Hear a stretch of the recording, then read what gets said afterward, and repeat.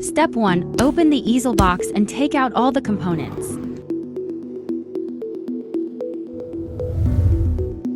Step 2. Install the wooden ledge on the drawing board. Fit the screws into the ledge perfectly. Sometimes use external force to lightly make them fit.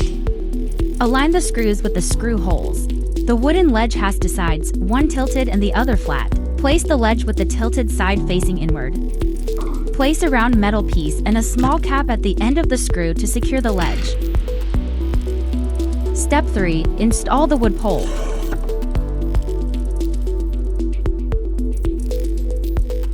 Step 4. Install the removable partitions. The components can be assembled in diverse ways. You can install them according to your needs. Step 5. Adjust the angle. According to your own painting habits, adjust the knobs on both sides of the box to fix the angle, and please tighten the knobs when using. Step 6. Adjust the height. Adjust the height of the wood pole according to the canvas size. Please tighten the knob on the back when using. Step 7. Organize your art supplies. You can store the painting tools in the painting box, loosen the knobs, and close the painting box for storage.